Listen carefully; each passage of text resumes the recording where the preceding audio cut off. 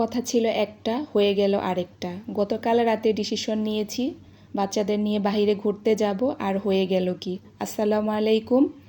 এখানে বলছি মেন কথা, তার আগে বলে নেই যে সকালটা শুরু হয় এক গ্লাস উষ্ণ গরম পানি অথবা ডাবের পানি, কিছু একটা ড্রিঙ্কস দিয়েই শুরু হয়। নামাজ শেষ করে, কোরআন পড়া শেষ করে তারপরে দেখা যায় খেজুর, বাদাম বা ডাব যেটাই যখন থাকে সেগুলা দিয়ে সকালে আর্লি মর্নিং একটা ব্রেকফাস্ট করা হয়, যেহেতু আমরা খুব ভোরে ঘুম থেকে উঠে যাই। এরপরে চিন্তা করলাম যেহেতু বাইরে খাবো, তো সকালে আর বাসায় সেভাবে কিছু করিনি।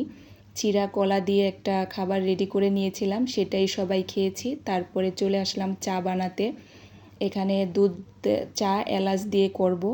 অনেকের কাছে এলাচের ঘ্রাণটা ভালো লাগে না, বাট আমাদের কাছে ভালো লাগে, তাই আমরা প্রায় সময় দুধ চায়ের মধ্যে মশলা দিয়ে এলাচ দিয়ে খাই। এটা আমাদের ভালো লাগে। মাঝে মাঝে আদা দিয়েও করি। আসলে এটা হলো যার যার টেস্ট বাট, যে যেভাবে খেতে পছন্দ করে সেভাবেই করে। তো আমাদের এটা ভালো লাগে, সেটাই করে নিচ্ছিলাম এখানে। তারপরে হচ্ছে যে যেটা হলো মেন পয়েন্টে আসি, সেটা হচ্ছে যে আমাদের যেহেতু বাইরে যাওয়ার কথা ছিল, তাই আর আমি বাসায় রান্না বান্না করিনি।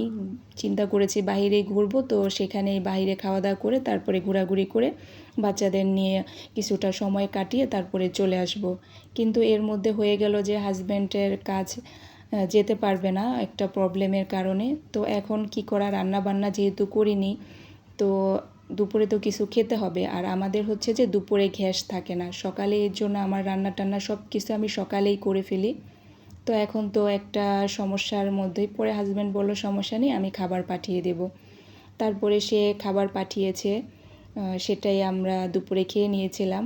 তারপরে হচ্ছে যে এদিকে হচ্ছে যে আমরা চাটা শেষ করে বাসার অন্য সব ক্লিনিংয়ের কাজ শেষ করে আমি বসে গেলাম। যে সকালে ডাবের পানি খাওয়া হয়েছিল, আসলে ডাবের ভিতরে এত নারিকেল ছিল, পরে চিন্তা করলাম যে এটা করে রেখে দিই, পরবর্তীতে এক সময়ে পিঠা বা সেমাই যে কোনো কিছুর মধ্যে দিয়ে খাওয়া যাবে। তো এভাবে এটা রেডি করে ডিপ ফ্রিজে রেখে দিই, যখন যেটা দরকার হয় যে রেসিপির মধ্যে সেটা বের করে দেওয়া যায় আর কি। এই হচ্ছে ব্যাপার।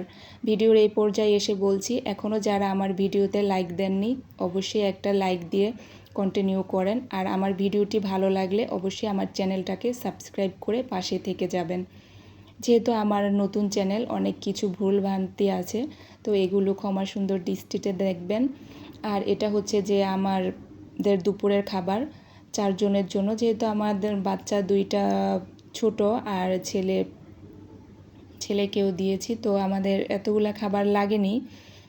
আমরা 3-4 জনে 3 প্যাকেট খেয়েছি, আর 1 প্যাকেট রয়ে গিয়েছিল। আমি এদিকে আমার ছোট বাচ্চাকে খাওয়াচ্ছিলাম, এই খাবার নিয়ে খাওয়াচ্ছিলাম, আর এদিকে বড় বাচ্চাকে দিয়েছি এটা। আরেক পাশে ছোট বড় মেয়ে খাচ্ছিল। এই হচ্ছে যে আমাদের দুপুরের আজকে একটা অবস্থা। আসলে আমরা যখন যেটা চাই সেটা হয় না, হয়ে যায় অন্যরকম। আসলে এগুলা সব কিছু হচ্ছে যে একটা আমরা যা চাবো সব সময় তার ওই রকম হবে না, অন্যরকম হতেই পারে। কিছু করার নেই, অন্য সময় যাব, এই আর কি।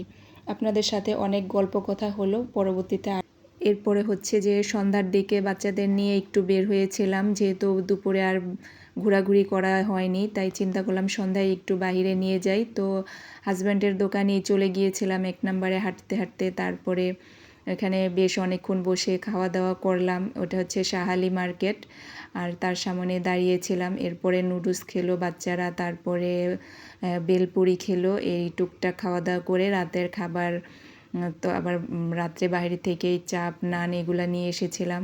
এরপরে নেক্সট ডে এখানে ইলিশ মাছ এক চুলায় বসিয়েছিলাম, আর অপর চুলায় হচ্ছে যে আলু পরোটা ভাজতেছিলাম।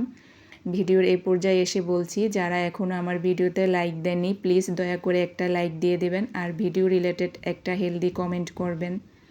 যদি আমার ভিডিও আরও দেখতে চান তাহলে অবশ্যই চ্যানেলটাকে সাবস্ক্রাইব করে পাশে অল বাটনে ক্লিক করে দিবেন, যাতে পরবর্তী ভিডিও দেওয়া মাত্র আপনার কাছে নোটিফিকেশন চলে যায়, আপনি আপনার সময় সুযোগ মতো দেখে নিতে পারেন। ভিডিওর কোথাও কোনো অংশ যদি ভালো লেগে যায় অবশ্যই আমার সাথেই থাকবেন। এক সময় ভালো লেগে যাবে, তখন হয়তো বন্ধ করে নেবেন। এই হচ্ছে ব্যাপার। সবাই ভালো থাকেন, সবার সুস্বাস্থ্য কামনা করে আজকে এখানেই বিদায় নিচ্ছি। সবার জন্য রইল অনেক শুভকামনা। আল্লাহ হাফেজ।